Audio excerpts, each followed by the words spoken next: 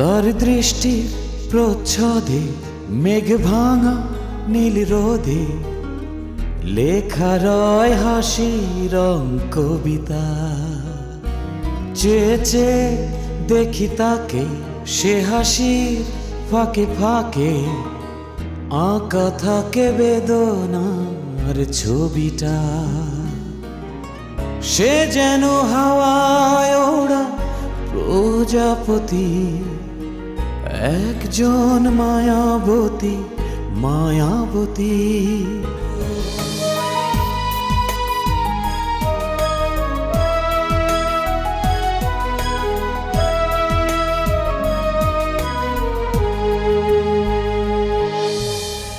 দুঃখ পেছনে রেখে, ইচ্ছেকে কাছে ডেকে সময়কে বলি তবে থামো। ও স্মৃতির চাদর পরে গল্পের শহরে তার পথে এক হতে নামো। সে যেন হাওয়ায় ওড়া প্রজাপতি, একজন মায়াবতী মায়াবতী।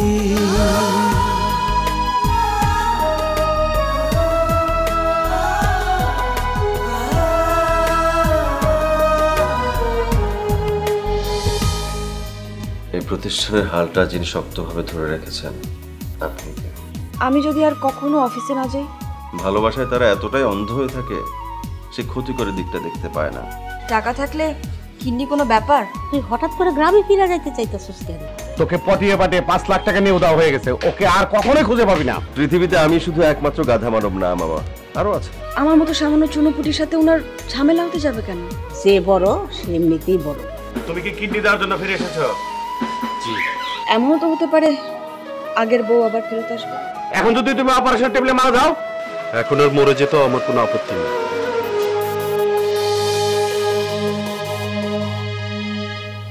কোনো উদ্দেশ্য নিয়ে এসেছো না এমনি? এমনি এসেছি।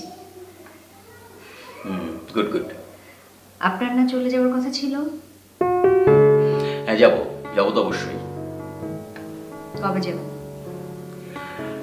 এখনো ডেট ফিক্স করিনি, আছে আরো মাসখানেক। আমাদের জিএম সাহেব বলছিলেন আপনার নাকি এদেশে পুরোপুরি থেকে যাওয়ার সম্ভাবনা আছে। না, আরো অনেকের মুখ থেকে এই কথাটা শুনেছি। আমি একদিন বলেছিলাম যে আমি বাংলাদেশই থেকে যাব, আর বিদেশ ফেরত যাব না। সম্ভবত সব প্রবাসী এই আকাঙ্ক্ষা নিজের মনের মধ্যে পোষণ করে যে সে আর প্রবাস জীবনে ফিরে যাবে না, দেশেই থেকে যাবে। সেটা স্রেফ কথার কথা ছিল, এমনি বলেছিলাম, সেটাই সবাই বিশ্বাস করে নিয়েছে। বাংলাদেশের মানুষের সমস্যাটা কি জানো? তুমি যদি সিরিয়াসলি কোনো কথা বলো সেটা সে বিশ্বাস করবে না, কিন্তু তুমি রসিকতা করে ক্যাজুয়াল রিমার্কস কিছু করো সেটা সে বিশ্বাস করবে। চা খাবে?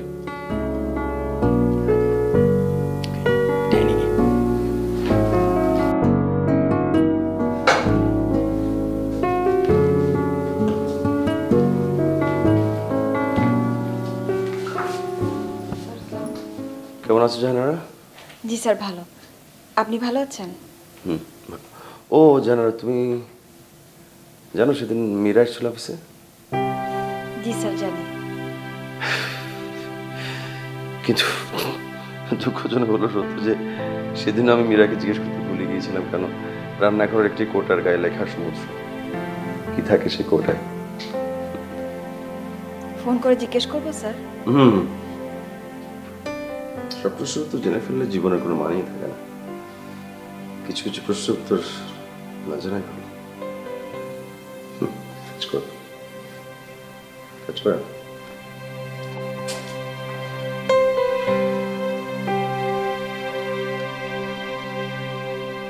তুমি কি অফিস থেকে এসছো?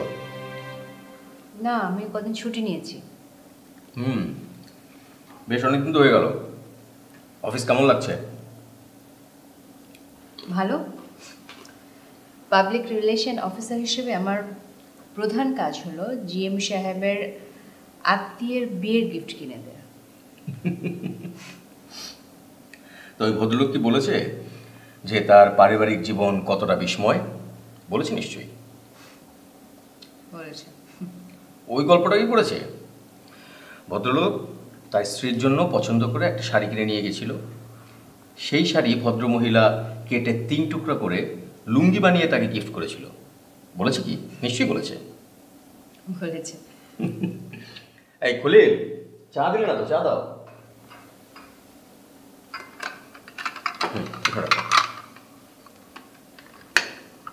ওকে, যাও তুমি।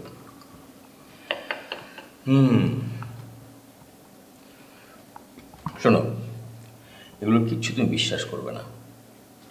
সুন্দরী মহিলাদের সহানুভূতি আদায় করার জন্যই এসব গল্প তিনি করেন। কিন্তু ভদ্রলোক খুবই হার্মলেস। তুমি নিশ্চিন্ত মনে তার সঙ্গে ঘুরতে পারো, কোনোদিন ভুলেও তোমার হাতও ধরবে না। সুন্দরী তরুণীদের সঙ্গে গল্প করার আনন্দই হচ্ছে তার একমাত্র আনন্দ। তার পারিবারিক জীবন কিন্তু খুব ভালো।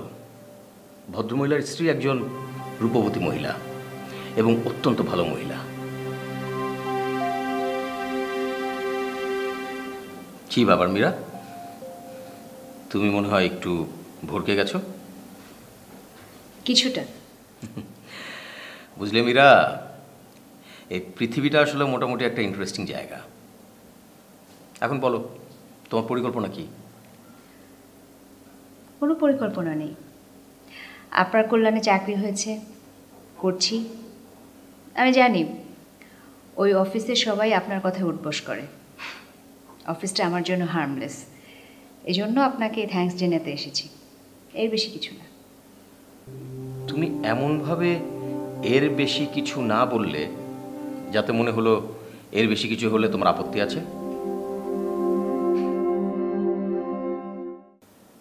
চা খাও, তারপর আর কিছুক্ষণ গল্প করব, দেন বাইরে ডিনার করে তোমার বাসায় নামে দিয়ে আসবো। ভয় নেই, আমিও তোমাদের জিএম সাহেবের মতো হার্মলেস। ভালো কথা, তোমাকে দেখে মনে হচ্ছে তোমার মনটা খারাপ। কি হয়েছে বলো তো? কিছু হয়নি, আমি বেশি সময় থাকবো না, চাটা শেষ করে বাসায় চলে যাব, আমার কাজ আছে। কাজ তো আর পালিয়ে যাচ্ছে না, আমি পালিয়ে যাব। যে কোনো দিন দেখবে আমেরিকা চলে গেছি, এই সময়টা আর পাবো না। কাজেই কোনো কথা না। আমার পরিকল্পনা কী ছিল জানো?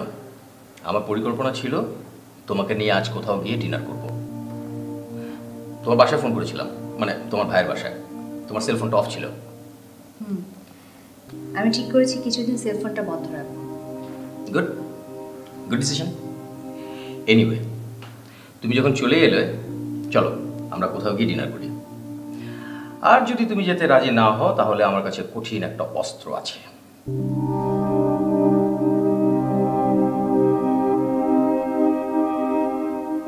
আজ আমার জন্মদিন।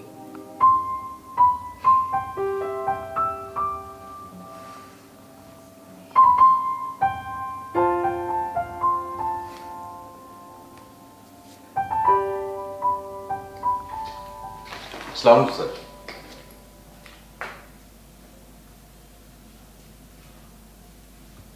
চিত্তবাবু, স্যার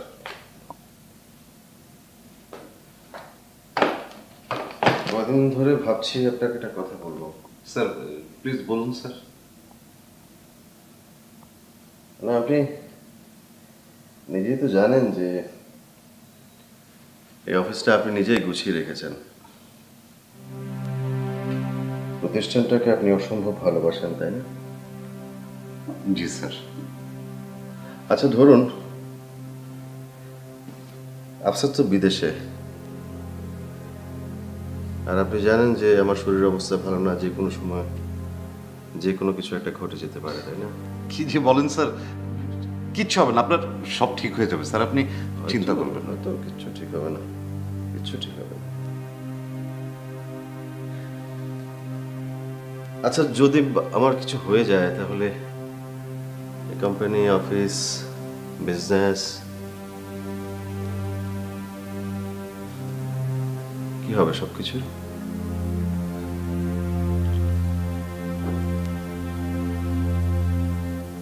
চিন্তা করুন চিত্তবাবু, চিন্তা করুন।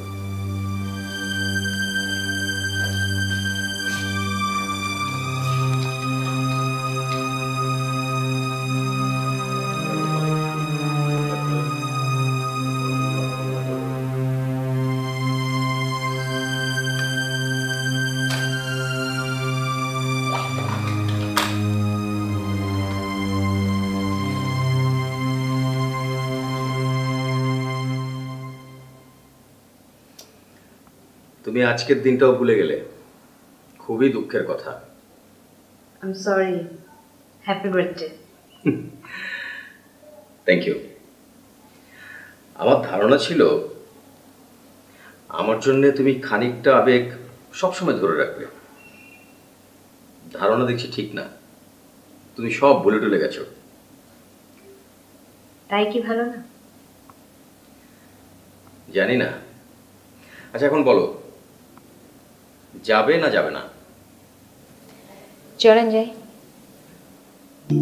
তুমি খুবই অনাগ্রহ নিয়ে আমার সঙ্গে যেতে চাইছো, বাট আমি লাখ টাকা বাজি ধরতে পারি তোমার এই অনাগ্রহ থাকবে না। বাজিতে আপনি হারবেন।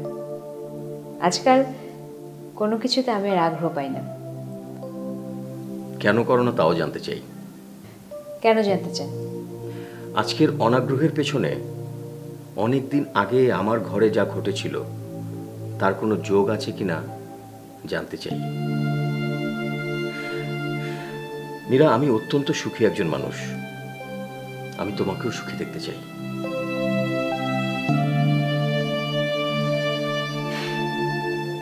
আমি ভেবেছিলাম অনেকক্ষণ গল্প করবো আজ, তারপর রিক্সা দিয়ে ঘুরতে বেরিয়ে যাব। রিক্সা দিয়ে ঘুরতে ঘুরতে যখন একটু ক্লান্ত লাগবে তখন একটা রেস্টুরেন্টে বসে আলো আধারিতে রাতের খাবার খেয়ে নেব। মীরা, সেদিন বেঙ্গল গ্যালারিতে আমি একটা পেন্টিং কিনেছিলাম, মনে আছে? নগদ দাম দিয়ে কিনেছিলাম। কথা ছিল এক্সিবিশন শেষে আমি গিয়ে নিয়ে আসবো। আমি আর পেন্টিংটা আনতে যাইনি, আর ওই আর্টিস্টের কাছেও আমার অ্যাড্রেস নেই, তাই আমাকে পেন্টিংটাও দিতে পারছে না। এতে খুশি হচ্ছেন? কারণটা কি? খুশি হচ্ছি কারণ আর্টিস্ট সাহেবকে এক ধরনের মানসিক কষ্ট দিতে পারছি। সে ওই দিন আমাকে সূক্ষ্মভাবে অপমান করেছিল, কঠিন অপমান। আমি মনে মনে ঠিক করে রেখেছিলাম তার শোধ নেব, এখন নিচ্ছি। বেচারা এখন ছবিটা নিয়ে পড়েছে বিপদে, নিজের কাছে ছবিটা রাখতে হচ্ছে। যতবার তাকাচ্ছে ছবিটার দিকে ততবার আমার কথা মনে হচ্ছে, মনটা খারাপ হচ্ছে। টাকা দিল অথচ ছবি নিল না, কঠিন মানসিক চাপ। আপনি মানুষটা বেশ অদ্ভুত। অদ্ভুত না, ক্রুয়েল, নিষ্ঠুর।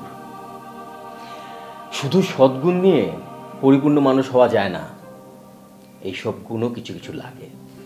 যাদের ভেতর শুধু সদ্গুণ, মানুষ হিসেবে অনেক নিচের দিকে তাদের অবস্থান। কি পাগলের মতো কথা বলছেন মঈন ভাই? পাগলের মতো কথা আমি বলছি না, ভেবে চিন্তে কথা বলছি। তোমাকে এই কথাগুলো বলার পেছনে আমার একটা উদ্দেশ্যও আছে। কি বলছি তুমি মনোযোগ দিয়ে শোনো, খুব মনোযোগ দিয়ে। একজন মানুষ যার ভিতরে মহৎ গুণাবলী ছাড়া আর কিছুই নেই, রাগ নেই, হিংসা নেই, ঘৃণা নেই, সে কি করে জানো? সে আশেপাশের মানুষকে অসম্ভব কষ্ট দেয়, আমরা তাকে এড়িয়ে চলি, ক্ষেত্র বিশেষে পরিত্যাগ করি, কারণ আমরা তাকে সহ্য করতে পারি না। আমাকে কেন এসব বলছেন? এমনি, কারণ ছাড়া। রাত হয়ে যাচ্ছে, চলো আমরা বেরিয়ে পড়ি।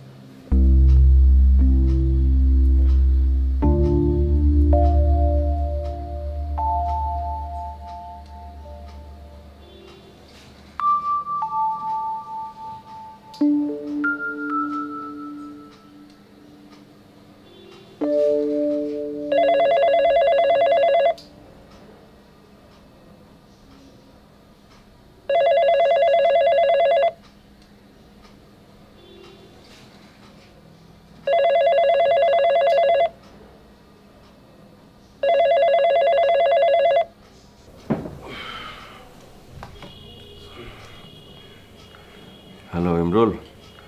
এই প্রথম তুমি আমাকে ইমরুল বলে ডাকলে। সরি, আজকে তোমাকে বিমরুল ডাকতে ভুলে গেছি। তোর কি খুব শরীর খারাপ? হ্যাঁ, শরীরটা একটু বেশি খারাপ। আমার তো একটা মাত্র কিডনি, সেটাও নষ্ট হয়ে গেছে। একটা ছেলে আমার কাছে তার কিডনি বিক্রি করবে, তারপর আমি বাঁচব।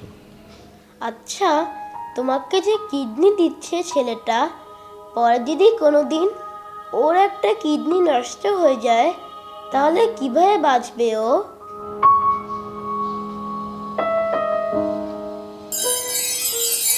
Hello hello Imrul, sorry, hello.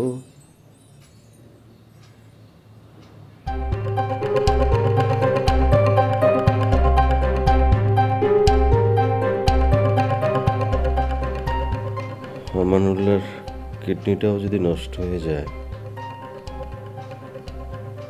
তাহলে তার পরিণতি কি আমার মতোই হবে? মায়াবতী তার দৃষ্টি প্রচ্ছদে মেঘ ভাঙা নীল রোদে লেখা রয় হাসি রং কবিতা। চেয়ে চেয়ে দেখি তাকে, সে হাসির ফাঁকে ফাঁকে আঁকা থাকে বেদনা ছবিটা। সে যেন হাওয়ায় ওড়া প্রজাপতি, একজন মায়াবতী মায়াবতী। সে যেন হাওয়ায় ওড়া প্রজাপতি, একজন মায়াবতী মায়াবতী।